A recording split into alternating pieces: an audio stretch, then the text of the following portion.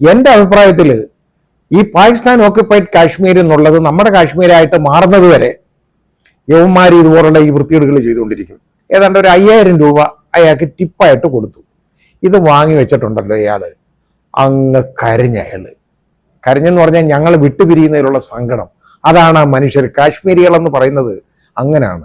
അതായത് ഈ കാശ്മീരിൽ ഉള്ള ആളുകൾക്ക് പാകിസ്ഥാനിൽ പോകാൻ ഇഷ്ടമാണോ? പാകിസ്ഥാൻകാർ അവരുടെ രാജ്യം അവർക്ക് ഇങ്ങോട്ട് വേണം എന്നൊക്കെ പറയുന്നല്ലോ. നിങ്ങൾക്ക് അവരോട് പോകാൻ ഞങ്ങൾക്ക് ഇഷ്ടമല്ല, ഞങ്ങൾ പോകത്തില്ല.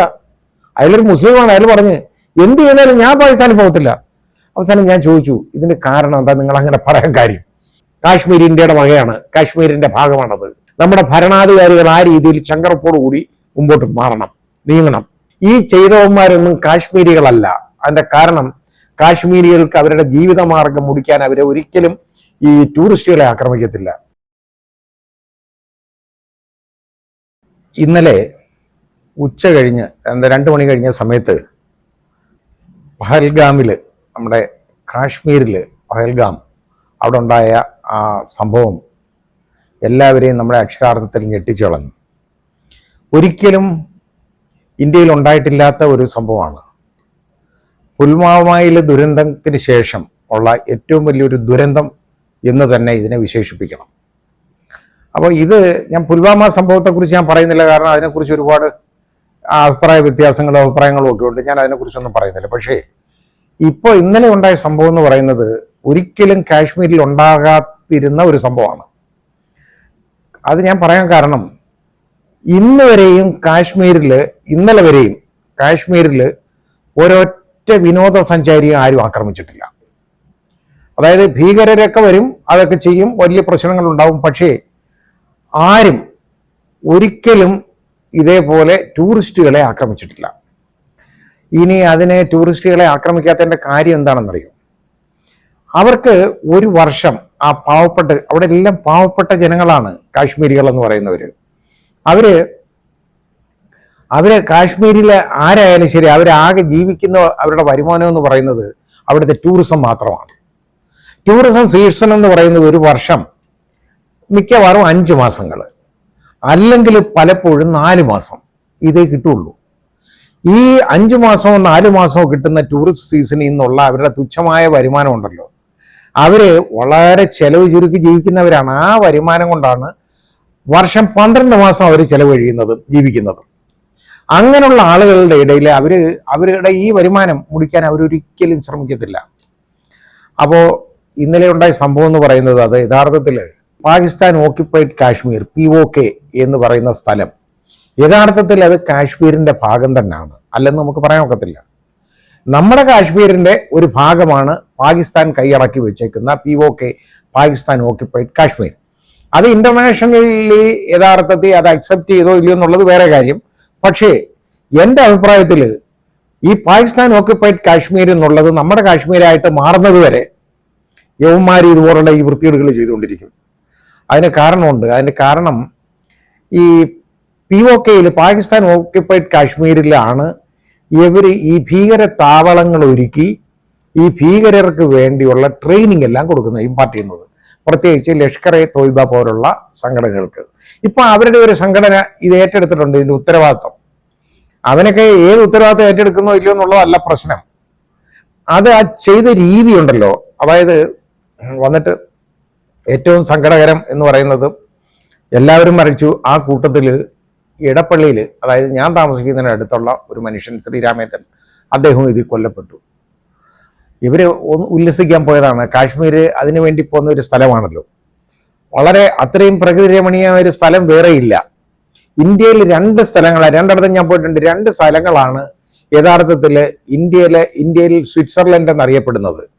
ഒന്ന് ഹാജിയാർ എന്ന് പറയുന്ന ഒരു സ്ഥലം, അത് ഹിമാചൽ പ്രദേശിലാണ്, ഞാൻ പോയിട്ടുണ്ട്. അത് ഡിറ്റോ കോപ്പിയാണ് സ്വിറ്റ്സർലൻഡിൽ. അതേപോലെയാണ് നമ്മുടെ ഈ പഹൽഗാം എന്ന് പറയുന്ന ഈ സ്ഥലം. അപ്പോൾ അവിടെ ഈ ടൂറിസ്റ്റുകൾ ഇതായിട്ട് വളരെയധികം കൂടുതൽ അത്ര ആളുകൾ വരും. വിദേശികളൊക്കെ അവിടെ ഇഷ്ടമാതിരി വരും. കാരണം അവിടെ അത്രത്തോളം കാണാൻ നല്ലതാണ്. അവിടെ നിന്ന് കഴിഞ്ഞാൽ ഈ കാശ്മീരിൻ്റെ മിക്കവാറും എല്ലാ ഭാഗങ്ങളും നമുക്ക് കാണാം. ആ രീതിയിലാണ്. അത്രത്തോളം ഉയരമുള്ള ഒരു പ്രദേശമാണ്, വളരെ നല്ലതാണ്. അതേപോലുള്ള 2 സ്ഥലങ്ങളാണ് സോനാമാർഗ്, അതേപോലെ ഗുൽമാർഗ്. ഇവിടെ എല്ലാം ഞാൻ പോയിട്ടുണ്ട്, ഞങ്ങൾ പോയിട്ടുള്ളതാണ്. അപ്പോൾ ആ പോയപ്പോൾ ഞാൻ ഈ കാശ്മീരികളെ ഞാൻ പരിചയപ്പെടാൻ ഇടയായിട്ടുണ്ട്.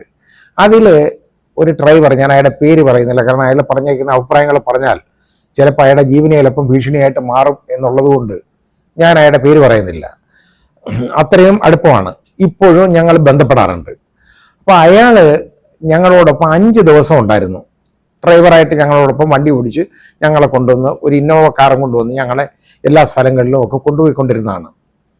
അപ്പോൾ അയാൾക്ക് ഞങ്ങൾ വരുന്നതിൻ്റെ ആ തലേ ദിവസം പിറ്റേന്ന് ഞങ്ങൾക്ക് വണ്ടി വേറെ വരും, ഞങ്ങളെ കൊണ്ടുപോകാൻ, എയർപോർട്ടിലേക്ക് കൊണ്ടുപോകാൻ. അത് വിത്ത് ഫുൾ സെക്യൂരിറ്റിയാണ്. ഒരു വെള്ളിയാഴ്ച ദിവസമാണ് തിരിച്ചു വരേണ്ടത്. അപ്പോൾ എയർപോർട്ടിൽ നിന്ന് അങ്ങോട്ട് പോകാനും വേറെ വണ്ടിയാണ്, എയർപോർട്ടിലേക്ക് പോകാനും വേറെ വണ്ടി, BSFന്റെ വണ്ടിയാണ്. അപ്പോൾ ഞങ്ങൾ അങ്ങനെ ഇങ്ങോട്ട് വരാന്നതിൻ്റെ ആ തലേ ദിവസം വൈകുന്നേരം യാത്രയൊക്കെ കഴിഞ്ഞിട്ട് ഇയാളോട് യാത്രയൊക്കെ പറഞ്ഞ് കൈയും ഒക്കെ കൊടുത്തു കേട്ടോ. അയാൾക്ക് കുറച്ച് പൈസയൊക്കെ കൊടുത്തു, ഞങ്ങൾ കാശ് കൊടുത്തു, കുറച്ച് കൂടുതൽ. അവർക്ക് അത്രയൊന്നും കിട്ടാറില്ല ഒരിക്കലും. ഞങ്ങൾ ഏതാണ്ട്, അപ്പോൾ ഞാനും എൻ്റെ കസിനും ഉണ്ടായിരുന്നു, ഞങ്ങളുടെ ഭാര്യമാരും. അപ്പോൾ ഞങ്ങൾ ഏതാണ്ട് ഒരു 5000 രൂപ അയാൾക്ക് ടിപ്പായിട്ട് കൊടുത്തു. ഇത് വാങ്ങി വെച്ചിട്ടുണ്ടല്ലോ ഇയാൾ അങ്ങ് കരഞ്ഞെന്ന് പറഞ്ഞാൽ ഞങ്ങൾ വിട്ടുപിരിയുന്നതിലുള്ള സങ്കടം. അതാണ് ആ മനുഷ്യർ, കാശ്മീരികളെന്ന് പറയുന്നത് അങ്ങനെയാണ്. അപ്പോൾ അയാളോട് ഒരുപാട് സംവദിക്കാനും സംസാരിക്കാനും എനിക്കിടയുണ്ടായിട്ടുണ്ട്. അപ്പോൾ അയാളുടെ അടുത്ത് കാര്യങ്ങൾ ചോദിച്ചു മനസ്സിലാക്കുമ്പോൾ അയാളാണ് എനിക്ക് പറഞ്ഞു തന്നത്, ഈ 4 മാസം അല്ലെ 5 മാസം കിട്ടും, അതിലുള്ള വരുമാനം ഈ ടൂറിസ്റ്റുകൾ വരുമ്പോൾ കിട്ടുന്ന വരുമാനം കൊണ്ടാണ്, ചെറിയ വരുമാനമേ ഉള്ളൂ, അതുകൊണ്ടാണ് അവരാരുടെ അടുത്തും വിലവേശത്തൊന്നുമില്ല, അവരിതുപോലെ ടിപ്പ് ചോദിച്ചു വാങ്ങിക്കത്തൊന്നുമില്ല. നമ്മൾ കൊടുത്താൽ കൊടുത്തു, ഇല്ലെങ്കിൽ ഇല്ല. അവരതുകൊണ്ട് ആണ് ഈ 12 മാസം കഴിയുന്നതെന്ന് പറഞ്ഞു. അതല്ലെങ്കിൽ പട്ടിണിയാണെന്ന് അയാൾ പറഞ്ഞു. എന്നിട്ട് അയാൾ പറഞ്ഞു, അവിടെ എല്ലാവരും ഏകോദര സഹോദരങ്ങളെ പോലെ കഴിയുകയാണ്. അവിടെ ഹിന്ദുക്കളായാലും മുസ്ലിങ്ങളായാലും ഒന്നും യാതൊരു വ്യത്യാസം അവർക്കില്ല. കാശ്മീരികളുടെ ഇടയിൽ അങ്ങനെ ഒരു വ്യത്യാസമില്ല. അപ്പൊ അതേപോലാണ് അവർ പെരുമാറിക്കൊണ്ടിരിക്കുന്നത്. അയാൾ പറഞ്ഞു, ഞാൻ അന്നേരം അതൊക്കെ ഇയാളത്ത് ചോദിച്ചു, നിങ്ങളിന്ന് ഈ പാകിസ്ഥാൻ ഓക്യുപ്പൈഡ് കാശ്മീർ, അതായത് ഈ കാശ്മീരിൽ ഉള്ള ആളുകൾക്ക് പാകിസ്ഥാനിൽ പോകാൻ ഇഷ്ടമാണോ? പാകിസ്ഥാൻകാര് അവരുടെ രാജ്യം അവർക്ക് ഇങ്ങോട്ട് വേണം എന്നൊക്കെ പറയുന്നല്ലോ, നിങ്ങൾക്ക് അവരോട് പോകാൻ? ഞങ്ങൾക്ക് ഇഷ്ടമല്ല, ഞങ്ങൾ പോകത്തില്ല. അയാളൊരു മുസ്ലിമാണ്. അയാൾ പറഞ്ഞ്, എന്ത് ചെയ്താലും ഞാൻ പാകിസ്ഥാനിൽ പോകത്തില്ല. അവസാനം ഞാൻ ചോദിച്ചു, ഇതിന്റെ കാരണം എന്താ നിങ്ങൾ അങ്ങനെ പറയാൻ കാര്യം? പറഞ്ഞു, ഞാൻ ചോദിച്ചു, ഈ പാകിസ്ഥാൻ ഓക്യുപ്പൈഡ് കാശ്മീർ POK എന്ന് പറയുന്ന ഒരു സ്ഥലമുണ്ടല്ലോ, ആ ഭാഗം, അത് യഥാർത്ഥത്തിൽ ഇന്ത്യക്ക് അവകാശപ്പെട്ട സ്ഥലമാണ്. അപ്പൊ അവിടെ എന്താ നിങ്ങൾ അവിടെ വളരെ സമ്പൽ സമൃദ്ധമാണെന്ന് പറയുന്നല്ലോ. അപ്പൊ അയാൾ എൻ്റെ അടുത്ത് പറഞ്ഞു തന്നു, സാർ അവിടെ പട്ടിണിയാണ്, അവിടെ ഒന്നും കൊടുക്കത്തില്ല ഈ പാകിസ്ഥാൻ ഗവൺമെന്റ്. ഈ വഴക്കുണ്ടാക്കാനായിട്ട് ഇവരെ, അതായത് ഈ ഭീകരരെ അവിടെ ട്രെയിൻ ചെയ്യാൻ ഉപയോഗിക്കുന്നത് ഒഴിച്ചാൽ, അതിലേക്കൂടെ ഇൻഫിൽട്രേഷൻ ഇന്ത്യയിലേക്ക് നുഴഞ്ഞു കയറാൻ ഉള്ള അവസരം ഒരുക്കുന്നത് ഒഴിച്ചാൽ ബാക്കി അവർക്ക് ഒന്നും കൊടുക്കത്തില്ല പാകിസ്ഥാൻ ഗവൺമെന്റ്. അവർ ഒരു 2ാം കിട സിറ്റിസൺസ് ആയിട്ടേ അവരെ പരിഗണിക്കുന്നുള്ളൂ. കാരണം എന്താണ്? അവന്മാർക്കറിയാം അവർ ഇന്ത്യക്കാരാണെന്ന്, യഥാർത്ഥത്തിൽ ഇന്ത്യയുടെ സ്ഥലമാണെന്ന്. അതുകൊണ്ട് അവർ പരിഗണിക്കാറ് പോലുമില്ല. അതുവഴിയാണ് ഈ ആളുകളെ കയറ്റി ഇന്ത്യയിലേക്ക് അയച്ചു ഈ ഉപദ്രവങ്ങൾ ഉണ്ടാക്കുന്നത്. നമ്മുടെ ഏറ്റവും വലിയ ശത്രു എന്ന് പറയുന്നത് ഒരു സംശയം വേണ്ട പാകിസ്ഥാനാണ്. ഒരിക്കലും വിശ്വസിക്കാൻ പറ്റുന്ന ഒരു രാജ്യമല്ല, ആളുകളുമല്ല. അവന്മാര് ചെയ്യുന്ന പണി എന്ന് പറഞ്ഞു കഴിഞ്ഞാൽ അവിടെ ഇരുന്നുകൊണ്ട് ഇന്ത്യ ഇങ്ങനെ ഉപദ്രവിച്ചുകൊണ്ടിരിക്കുക, ശല്യം ചെയ്തുകൊണ്ടിരിക്കുകയാണ്. എൻ്റെ അഭിപ്രായത്തിൽ ഈ പാകിസ്ഥാൻ ഓക്യുപ്പൈഡ് കാശ്മീർ ഉണ്ടല്ലോ, അവിടെ ഇന്ത്യയുടെ ഭാഗമാക്കി മാറ്റണം. അത് മാറ്റാത്തിടത്തോളം കാലം ഈ ഉപദ്രവം എന്നും ഉണ്ടായിക്കൊണ്ടേയിരിക്കും. അത് കഴിഞ്ഞ് ബാക്കി പാകിസ്ഥാൻ ഓക്യുപ്പൈഡ് കാശ്മീരാണല്ലോ, കാശ്മീർ ഇന്ത്യയുടെ വകയാണ്, കാശ്മീരിന്റെ ഭാഗമാണത്, അത് ഇന്ത്യയുടെ വകയാണ്. ആ ഒരു കാഴ്ചപ്പാടോടുകൂടി വേണം നമ്മൾ പ്രവർത്തിക്കാൻ. നമ്മുടെ ഭരണാധികാരികൾ ആ രീതിയിൽ ചങ്കറപ്പോടുകൂടി മുമ്പോട്ട് നീങ്ങണം. ഇന്ന് വരെയും കാണിച്ച യാതൊരു കാര്യങ്ങളും ദയയും ഈ കൂട്ടത്തിൽ കാണിക്കരുത്. കാരണം എന്താണെന്നറിയോ? ഈ കൊല്ലപ്പെട്ട ഏതാണ്ട് 29ഓളം ആളുകൾ കൊല്ലപ്പെട്ടു. ഇനി എത്ര പേര് ഇപ്പോ അവിടെ കുടുങ്ങിക്കിടക്കുന്ന ഒരുപാട് പേരുണ്ട്, മലയാളികൾ ഉൾപ്പെടെ ഒരുപാട് ആളുകളുണ്ട്. അവിടെ എല്ലാവരും ബന്ദ് പ്രഖ്യാപിച്ചേക്കാണ്. വ്യാപാരികളെല്ലാം ഹർത്താല് ഇന്ന് അവരെല്ലാം അങ്ങ് തീരുമാനിച്ചു.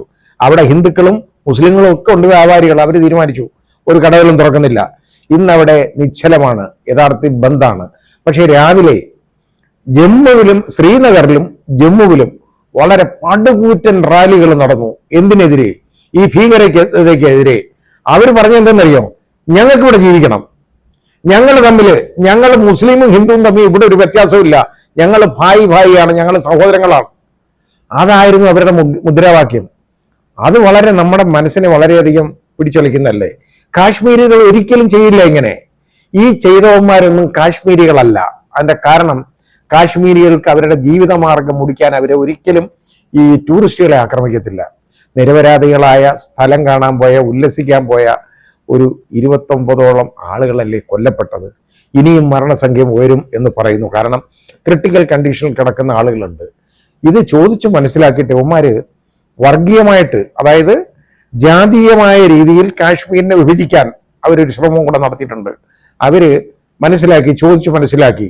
പേരെന്താണ്? ആണുങ്ങളെ മാത്രമേ ഉള്ളൂ, 2 സ്ത്രീകളെ കണ്ടാ കൊല്ലപ്പെട്ടേക്കുന്ന, ബാക്കി മുഴുവൻ പുരുഷന്മാരാണ്. അതിൽ ചോദിച്ചു പേരെന്താണെന്ന് ചോദിക്കും, പേര് പറയും. അവർക്ക് സംശയം തോന്നിക്കഴിഞ്ഞാൽ ജാതി എന്താന്ന് ചോദിക്കും, മതം ഏതാന്ന് ചോദിക്കും. അതാണ് അവരുടെ. അപ്പൊ എന്ന് വെച്ചാൽ ഹിന്ദു ആണോ മുസ്ലിം ആണോ തിരിച്ചറിയണം. എന്നിട്ട് ഹിന്ദുക്കളെ തെരഞ്ഞുപിടിച്ച് വെടിവെച്ച് കൊല്ലുകയാണ്, ക്ലോസ് റേഞ്ചിൽ ഫയർ ചെയ്യുകയാണ്. ഇത് എന്തിനാണെന്നറിയോ?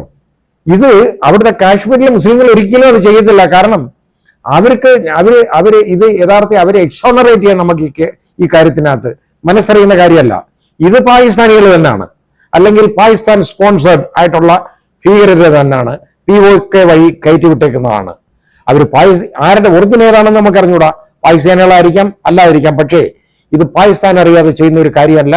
ഇന്ത്യയിലേക്ക് ഇൻഫിൽട്രേറ്റ് ചെയ്തിട്ട് ഇവിടെ മതവൈരം കൂടെ ഉണ്ടാക്കണം. കാര്യം എന്താ? അവിടെ ഇപ്പം നോക്കിയപ്പോ ശ്രീനഗറിൽ ഒരു കുഴപ്പമില്ല. അവിടെ ടൂറിസ്റ്റ് സീസൺ നന്നായിട്ട് ടൂറിസം ഇപ്പം കഴിയുന്നു. കഴിഞ്ഞ വർഷം നല്ല രീതിയിൽ പോയതാണ്, ഫ്ലറിഷ് ചെയ്യാണ് ടൂറിസം. ഇപ്രാവശ്യവും അതുപോലെ അത്രത്തോളം ആളുകൾ വരുന്നു.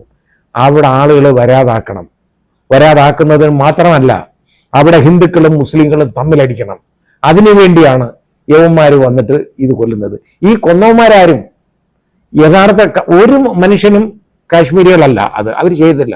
കാരണം അവർക്ക് അവരുടെ വേദന അറിയാം, ബുദ്ധിമുട്ടറിയാം, പട്ടിണി അറിയാം, അവരുടെ സമൂഹത്തെക്കുറിച്ച് അവർക്കറിയാം. ആ അവബോധമുള്ള പാവപ്പെട്ട മനുഷ്യനാണ്. അതിൻ്റെ ഒരു ഉദാഹരണമാണ് ഞാൻ പറഞ്ഞത്. ഞാൻ കണ്ടതാണ്. അത് അത്രത്തോളം നന്മയുള്ള മനുഷ്യനെ നമുക്ക് കാണാൻ കിട്ടുന്നതല്ല. ആ രീതിയിലുള്ള പെരുമാറ്റമുള്ള ആളുകളാണ്.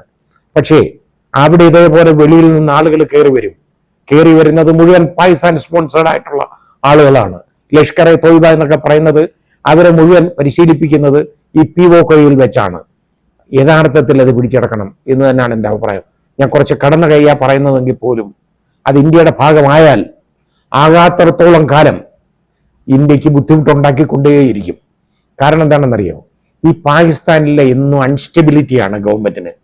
അവിടുത്തെ ഗവൺമെന്റിന് അവിടെ പിടിച്ചു നിൽക്കണമെന്നുണ്ടെങ്കിൽ ഏറ്റവും എളുപ്പമുള്ള ഒരു മാർഗം എന്ന് പറയുന്നത് ഇന്ത്യയെ ഒന്ന് ആക്രമിക്കണം, അല്ലെങ്കിൽ ഇന്ത്യയിൽ എന്തെങ്കിലും പ്രശ്നങ്ങൾ ഉണ്ടാക്കണം. ഇപ്പോൾ പാകിസ്ഥാൻ ഒരുപാട് ബുദ്ധിമുട്ടിലാണ്. കാരണം ബലൂചിസ്ഥാനിൽ, അവിടെ പാകിസ്ഥാന്റെ ഭാഗം, അവര് സ്വാതന്ത്ര്യം ആവശ്യപ്പെട്ടുകൊണ്ട് അവിടുത്തെ ജനങ്ങൾ ട്രെയിൻ വരെ പിടിച്ചടക്കിയതാണ്. അതുപോലെ തന്നെ ആ രീതിയിൽ ഒരുപാട് പേരെ അങ്ങനെ കൊല്ലപ്പെട്ടു പാകിസ്ഥാനിൽ. അപ്പോൾ എന്താണെന്നറിയോ, അവർ ബലൂചിസ്ഥാനിലെ ആളുകളാണ്. അതിന് ഇന്ത്യയുമായിട്ട് ബന്ധമൊന്നുമുള്ളതല്ല. അപ്പൊ അത് വെറുതെ ഇന്ത്യയുടെ മേളിൽ ഇത് ആരോപിക്കുകയാണ്. ഇത് ഇന്ത്യ ഒന്നും ചെയ്യുന്ന കാര്യമല്ലത്. ബലൂചിസ്ഥാൻ എന്ന് പറയുന്നത് ഇന്ത്യയായിട്ട് യാതൊരു ബന്ധവുമില്ല, അത് പാകിസ്ഥാന്റെ ഭാഗം തന്നെയാണ്. അവര് സ്വാതന്ത്ര്യം വേണമെങ്കിൽ അവര് നോക്കിക്കോട്ടെ, അത് നമ്മുടെ വിഷയമല്ല. അത് പറഞ്ഞുകൊണ്ട് ഇന്ത്യയെ ഉപദ്രവിക്കാനും ഇവിടെ അൺസ്റ്റെബിലിറ്റി ഉണ്ടാക്കാനും വരരുത്. ഇവിടെ നമുക്ക് സമാധാനമായിട്ട് ജീവിക്കണം. ഇവിടുത്തെ കാശ്മീരികൾക്കുണ്ടല്ലോ, അവർ ഹിന്ദുവോ മുസ്ലിമോ ആരും ആയിക്കോട്ടെ, അവർ മനുഷ്യനാണ്. അവർക്ക് അന്തസ്സായിട്ട് അവിടെ ജീവിക്കണം, അവർക്ക് സമാധാനമായിട്ട് ജീവിക്കണം. അതാണ് അവരുടെ മുദ്രാവാക്യം. ഇന്ന് അവർ വിളിച്ചത്, അവരൊന്നിച്ചാണ്, എല്ലാവരും ഒരുമിച്ചാണ് മുദ്രാവാക്യം വിളിച്ചോണ്ട് പോയത്. മുസ്ലിമും ഹിന്ദുക്കളും എല്ലാം, മുസ്ലിങ്ങളും എല്ലാം. അപ്പോൾ അവര് അത്ര ഒത്തൊരുമിപ്പ് അവർക്കുണ്ട്. പക്ഷേ അവർ തമ്മിൽ ഒരു റിഫ്റ്റ് ഉണ്ടാക്കി അത് മുതലെടുക്കാനുള്ള ഒരു പരിശ്രമമാണ് ഇപ്പോൾ പാകിസ്ഥാൻ ചെയ്തുകൊണ്ടിരിക്കുന്നത്. ഇതിനെ ശക്തമായിട്ട് ചെറുക്കണം. NIA ഇപ്പൊ അന്വേഷിക്കണമല്ലോ, അന്വേഷിച്ച് കണ്ടുപിടിച്ചെങ്കിൽ അതിന്റെ റീസൺ അറിയാമെങ്കിൽ ബാക്കി ഉള്ള ശക്തമായ നടപടി പാകിസ്ഥാനെതിരെ അവിടെ സ്വീകരിക്കണം. പാകിസ്ഥാൻ ഓക്യുപൈഡ് കാശ്മീർ എന്ന് പറയുന്നത് അത് കാശ്മീരിന്റെ ഭാഗമായിട്ട് മാറണം എന്ന് പറഞ്ഞാൽ ഇന്ത്യയുടെ ഭാഗമായിട്ട് മാറണം. ഇതാണ് എനിക്ക് ഇത് പറയാനുള്ളത്. ഇനി ബാക്കി കൂടുതൽ വാർത്തകൾ വന്നുകൊണ്ടേയിരിക്കുന്നതേ ഉള്ളൂ. വരട്ടെ. നമുക്ക് കൂടുതൽ മരണങ്ങൾ ഉണ്ടാവാതെ നമുക്ക് പ്രാർത്ഥിക്കാം. അതേ പറയാനുള്ളൂ.